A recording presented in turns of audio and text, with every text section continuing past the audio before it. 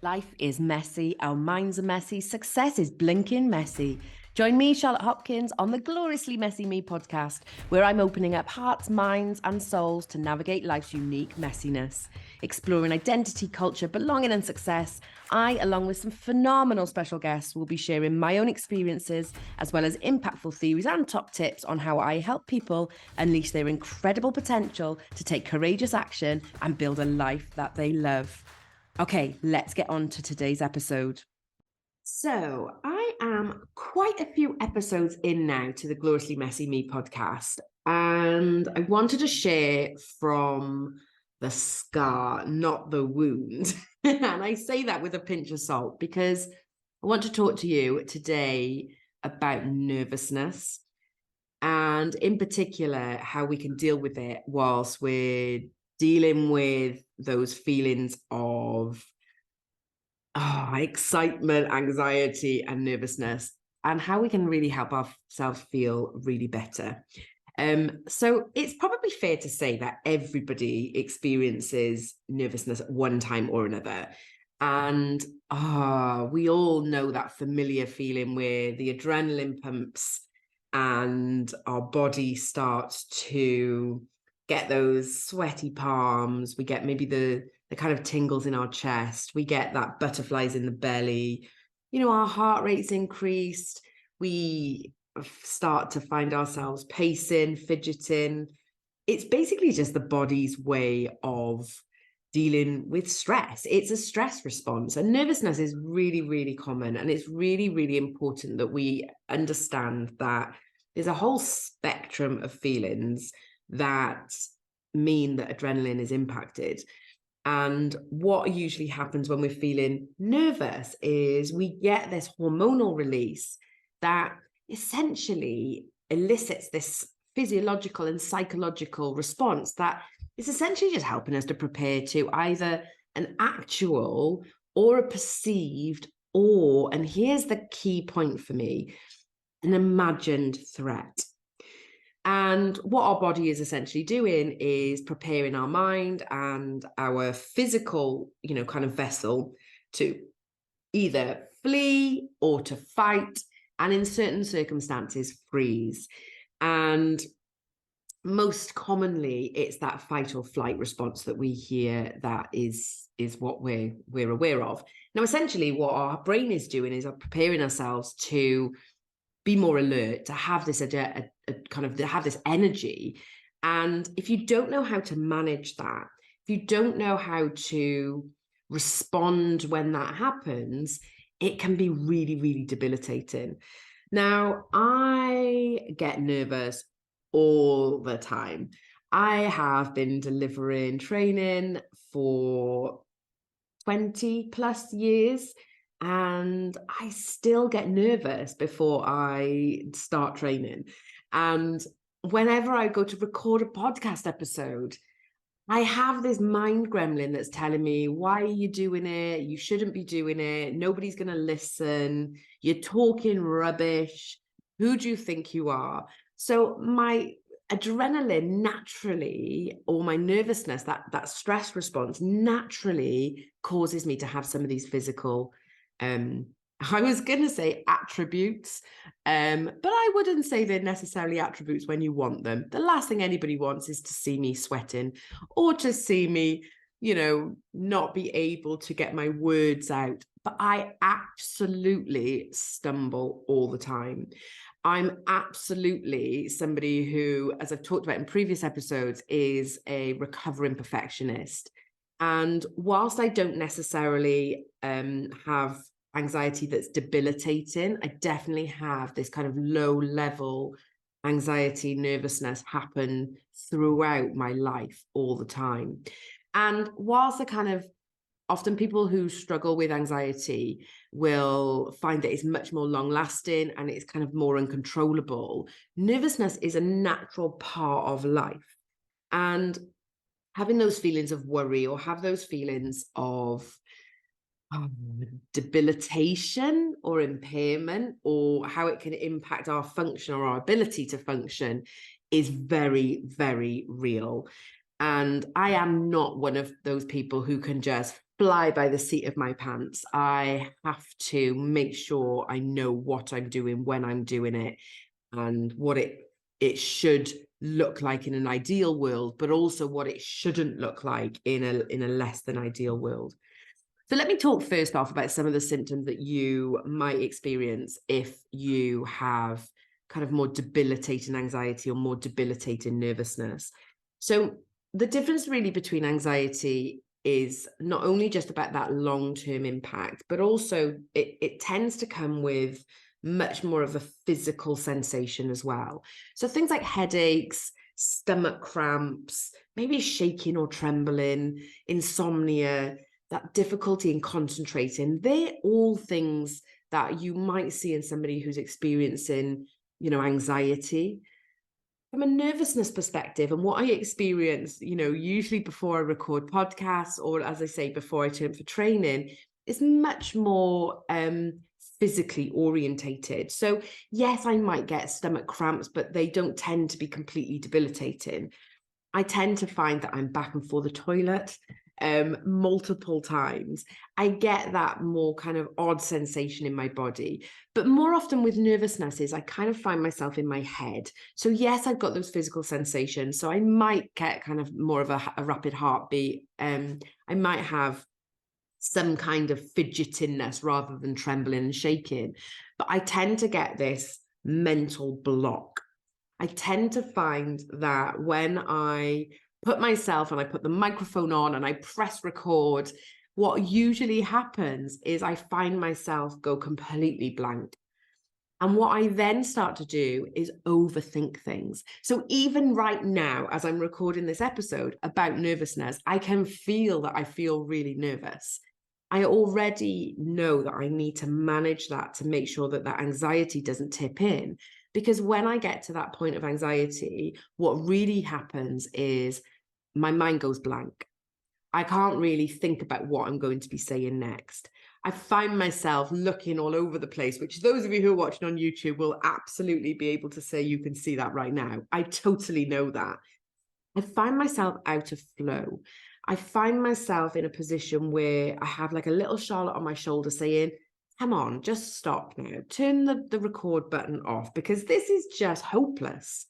But I then have the Jekyll and Hyde Charlotte that then says, no, just do it. Perfectly imperfect action is the way to go. So what usually happens is these two fight on my shoulder. They've got the kind of Charlotte saying, what's the point? And the Charlotte saying, no, do it. And that just adds to this real uncomfortable situation. And essentially what's happening is I'm reminding myself that yes, nervousness is normal. Yes, it can be really helpful, but actually, what's the point in doing it? Why are you even bothering? Yes, but you're going to grow and you're going to develop and, somebody's going to take something from it. So when we look at what nervousness does, the debilitating part of it is really, really challenging. And sometimes I really, really struggle with it. That although I can allow myself to accept that it's part of that natural process and it's a natural experience, it doesn't make it any more easy to live through. So a few weeks ago, I launched this podcast. This podcast is something that I've wanted to do for a really, really long time. If you've listened to the other episodes, you'll know that I'm naturally a talker. Those people who know me will tell you that sometimes I don't shut up. So a podcast was absolutely the way to go. But these are the things that I've had to overcome just to get to this point. I have lots of knowledge, lots of wisdom, lots of insight that I want to share. I have lots of academic knowledge that I'm researching at the moment through my PhD. I have lots of professional experience from 20 years of working within, the addiction space. So I know lots about habits and I know lots about self-sabotage and I know lots about the mind chimps and the way that the mind monkey works. I also have a really thriving business. I've had a really successful career. I have qualifications coming out of my ear. Like, it's ridiculous. I know lots. Yet that doesn't take away from the fact that when I'm sat here putting myself out there, just talking to what feels like myself, that there aren't things I have to do to make sure that when I do show up, I show up in the best way possible. Now, the podcast is called Gloriously Messy Me. And if you don't really understand why it's called that, please, please, please go back to the first episode, because I kind of explain it a lot more there. But what comes with messiness often means that we need to balance that. It's all about that yin and yang. And I am somebody who talks to all of the people I work with. You have to embrace the messiness in your life. You cannot control everything that happens. You can't really control a huge percentage of things that happen because they're out of our control. But there are a few things we can do that will help you let go of that fear and accept that nervousness is part and parcel of what it is, and really support you to move forward, feel forward, and take action. So the first thing that I wanted to talk about is really about being prepared. And I know I've literally just said that we can't be prepared for everything, and I do 100% stand by that. But there's something about being able to predict or plan for what we can control. So yes, we can't control everything that's in our kind of in our life. And, you know, absolutely, some of the people I've worked with have had more challenges thrown on their life's path that makes it really, really messy. But there are certain situations that we can have a bit more control over. There are certain, you know, situations where we can prepare in advance. And, you know, the podcast was one of those. I found that being prepared was something I really, really have to have in place. I have a friend I did my teacher training course with, and he worked in a prison, and actually still does work in a prison. And he was a teacher within there, and he would just rock up on a daily basis, didn't really know what he was planning. He absolutely loved just that, you know, being in the moment and really thinking about what he was going to do and working with the group of people that he was working with. And I remember talking to him one day, and we were talking about the fact that I like to plan. Now, we taught quite a lot of similar people. So, you know, I've taught in prisons myself. I've taught with people who've been in prison. We both work with, you know, people who've got lots of really incredible lived experience. But I have to be planned. I'm not somebody who could just turn up and talk off the cuff. So I absolutely need to know what I'm going to talk about. I need to have a kind of plan and structure about what might happen. This allows me to really practice, I guess, what I'm going to say. Now, you can't always practice for training. You know, I deliver a lot of training courses where I've needed to turn up for 1 or 2 days. You can't practice that. But what I was able to do is just be prepared in those areas that might cause more of a discussion or might be a bit of a challenge. And I was able to really look at what that looked like and then get some support. So if I needed to have some support from a mentor or from a friend who also teaches, then I was able to kind of prepare for that and really think about it in time.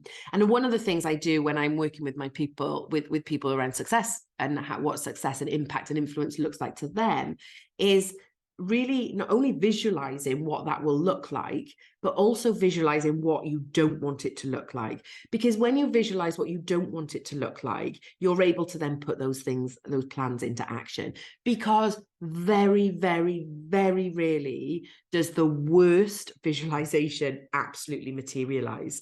So by having that ability to prepare, we're much more likely to have that better vision. We're much more likely to be able to keep our nerves in check. It's also really important to have this positive headspace. Now, I've talked a lot about positivity, and I'm a really big believer in positive psychology and looking for what's going well rather than constantly searching for the evidence of what's going right. And when we're in a nervous space, it's just our brain's way of protecting us for, remember, that may be perceived or, not even real threat. So when we put ourselves into a more positive headspace, then we're able to really think about what abilities we have. It is so easy when we're nervous to search and scan our brain for all of those memories that tell us why we shouldn't be doing something. It's really easy when we're nervous for our body to really get overwhelmed. So that kind of clamminess of hands can become sweatiness of hands. that kind of slight butterflies in the belly can become stomach cramps. So again, if you think about what our body is doing to protect ourselves, it's really easy for us to lose that confidence. It's really easy for us to worry about messing up. It's really easy for us then to blame our nervousness. But here's the thing, we can stay in control of our nervousness. So when we start to talk about positive self-talk and really visualizing that end outcome, it allows us to really stand tall in that messiness, to really embrace that gloriously messy me. And you might need to kind of hack your senses for that. So it might mean putting on an uplifting song. It might mean that you need to go out and smell the fresh air. It might be that you need to listen to one of those really motivating YouTube videos. Who knows? You might even be listening to this podcast because you just need to kind of remember and remind yourself what you need to do when you're in that kind of nervousness and that headspace. But really grounding yourself is a really important part of managing nervousness. So think about your 5 senses and think about what it will take to kind of keep you grounded in the moment as opposed to worrying about what might happen. Now, I'm one of those people who doesn't really talk to other people in the moment. So I find that for me, talking to people often elevates. I'm quite a closed book in many ways, and I'm not somebody who tends to share my feelings when I'm in a space of vulnerability and discomfort. Now, everybody is completely different, so it's got to be what works for you.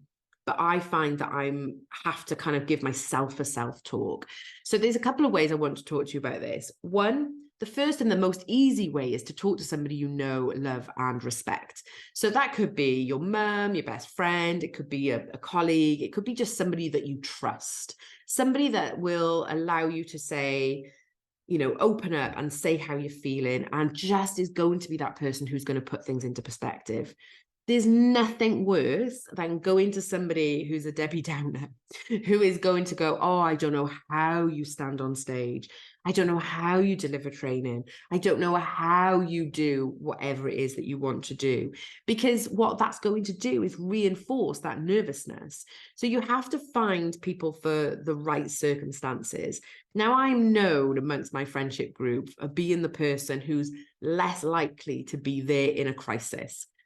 I'm really that person who often helps you look forward, look in the future. I'm very much a, you know, glass half full, but you can refill it kind of a character. So if somebody wants to kind of just feel those moments of sadness or nervousness or, you know, maybe low mood, I'm usually that annoying friend who's constantly saying, come on, let's do something about it. And I'm not about positive toxicity at all. We have to absolutely feel those emotions in our heart and our soul. But often we stay too long in our head. And I am that person who will try and pull you out of that headspace, because when we can connect that body, usually we're able to really make logical sense of those feelings. And when we look at the way that adrenaline works in the system, when we start to think about anxiety and nervousness and worry, we can then start to think about excitement and joy and, you know, elation. So we start to balance those feelings. But fundamentally, our hormones are our hormones are our hormones. So we're going to have a lot of the same physiological effect. So by pulling ourselves out of our head and really understanding what those symptoms look like, then we're able to reframe that. So I often find that people will only come to me when they're ready to kind of move forward or talk about how they were feeling. And I completely own that. That is, you know, that is just who I am. For me, when I'm in that moment, I have to talk to myself, and I talk to my future self. And I do this in various different ways. And I have a visualization where I talk to my future self on the beach, have a meditation that goes along with that so that I can kind of find her, but also in moments of stress. So before I record a podcast episode, in those moments of stress, I have to kind of look to myself and go, you can do this. So that nervousness is a really important part of what we do. It's also making sure that we don't allow ourselves to be distracted and pull ourselves back from that. And then finally, I look at ways of coping with stress. So I really look at that, how I can kind of relax my body. So as I say, if you're not really sure whether this is nervousness, excitement, joy or elation, if you're really not sure what those feelings are because your body is just taken over, then one of the things you have to be able to do is learn to relax. And there's multiple ways that you can do this. I've taken up meditation, I've taken up yoga. Oh, occasionally I exercise. I love weight training. But it could be things like aromatherapy or spending time with a pet or listen to music. It really is very much about how you know you can manage that nervousness. So when we look at, how nervousness impacts our lives, we have to really accept that it's a perfectly natural response to usually a new experience or a situation that's absolutely outside of our comfort zone. Even though I love to talk, even though I've been on stage and presented in front of 400 people, even though I deliver training, even though I speak to people, even though I'm an extrovert, even though I have no issues in going, hello, I'm here in a room, I still get nervous. And when you're outside of your comfort zone, like recording a podcast, for example, you have to remember that that discomfort is temporary and that you'll feel so much better once that kind of cause of your nervousness is over. So by working on all of those tips to really overcome that nervousness and that anxiety, it will allow you not only to create new memories in your brain. So the more episodes I record, the less anxious and nervous I feel. It's not gone away, but I've probably recorded about 10 to 15 episodes, and already I feel less nervous. So when we prepare for situations that take us out of our comfort zone, when we're able to reframe it and showcase that actually this is about growth, this is about excitement, this is about building new experiences, and when we can then relax and calm the physical sensations of what nervousness does, we're able to absolutely thrive in a way that is totally new to us. So my call to action for this podcast episode is for you to really think about times where you felt really anxious or really nervous, but you've still dealt with that situation. You've still allowed yourself to go out of your comfort zone. You've still been able to push forward. I want you to think about what worked for you. What were the things that you did that were really helpful? And then think about the things that maybe you want to achieve or you want to take forward. And then think about how you can use those strategies, use that plan to propel yourself forward and take those small, maybe big, but certainly for the short term, those small steps to get to that big goal. Thanks so much for listening. I hope you found this really useful. I absolutely needed those strategies. It was something that I needed to take and embed into my life. And I still experience anxiety. I still experience nervousness. But if I can overcome it, I can promise you, so can you.